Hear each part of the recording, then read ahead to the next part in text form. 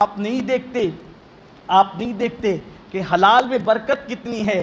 اللہ اکبر، شراب بن رہی تھی، بن رہی ہے اور شاید بنتی رہے گی، لیکن کبھی بنتی ہے کبھی ختم ہو جاتی ہے نا یہی بات۔ لیکن زمزم کسی کی ایڑی سے جاری ہوا اور کبھی ہم نے نہیں سنا کہ زمزم کا سولٹیج چل رہا ہے۔ لاکھوں کروڑوں لیٹر روزانہ نکل رہا ہے، لوگ لے لے کر جا رہے، پوری دنیا میں جا رہا ہے، لیکن برکت ہے۔ قدرت جس میں برکت دے اس کو کوئی ختم نہیں کر سکتا۔ میرے پیارے آقا صلی اللہ علیہ وسلم کے پیارے دیوانوں، تو حرام کی طرف نہ جاؤ۔ صرف جوے کے آلات ہاتھ میں لینے سے قیامت کے دن اٹھو گے تو معاذ اللہ سور کے خون میں ہاتھ رنگ کے اٹھو گے۔ صرف آلات ہاتھ میں لینے کا یہ وبال ہے تو جوا کھیلنے کا وبال کیا ہوگا؟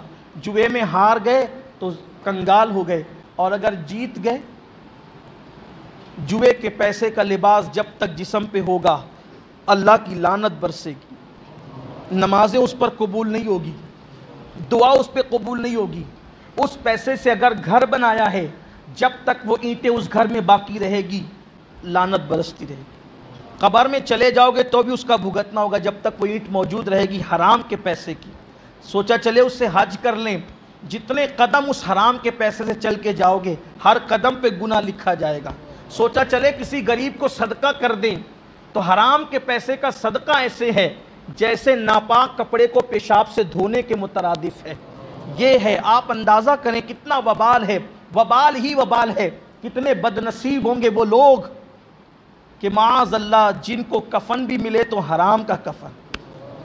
سوچیں ذرا، غور کریں میرے پیارے آقا صلی اللہ علیہ وسلم کے پیارے دیوانوں، تو ایک بات کہ خدا کے لیے حرام اور جوے سے پرہیز کریں۔ حلال اللہ نے قسمت میں لکھا ہے اور اسی راستے سے جائیں۔ اللہ کرے اللہ ہمیں توفیق دے۔ اور آخری بات کہ پھر قرآن کہتا ہے کہ شراب سے بھی بچو، بس اسی پر بات مکمل کی جاتی ہے۔ ایک ہی بات کہوں گا، لمبی نہیں کرتا، شارٹ میں۔ شراب کیا ہے؟ جو پیتے ہیں بھرپور پیتے ہیں، جو وہ تو پیتے ہی ہیں، ان کی تو بات ہی الگ ہے۔ جن لوگوں نے زندگی میں صرف ایک مرتبہ شراب پی، ایک مرتبہ، صرف ایک بار، اور وہ بھی ایک بار پوری بوتل نہیں، پورا جام نہیں، شراب کا صرف ایک گھونٹ پیا، صرف ایک گھونٹ شراب کا، جب اس کو اس کی قبر میں رکھا جائے گا تو اس کا جسم یا تو کتے کی طرح ہوگا یا تو سور کی طرح، اس کے جسم کی شکل یہ ہوگی۔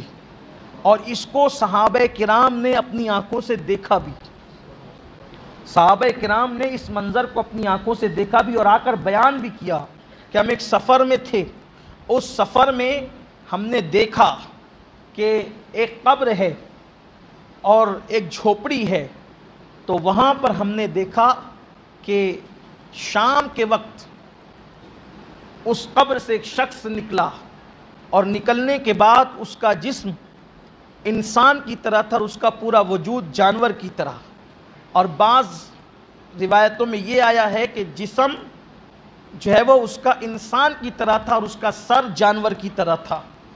مختلف راویوں نے مختلف باتیں بتائی، بعض نے گدھے کا ذکر کیا، بعض نے سور کا ذکر کیا، اور پھر اس کے بعد وہ چکر لگا کر کے آواز نکال کر اس کے اندر داخل ہو گیا۔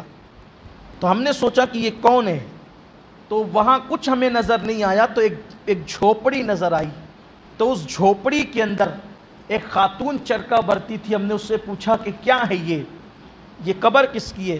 تو کہا کہ یہ میرے بیٹے کی قبر ہے اور یہ شراب پیا کرتی۔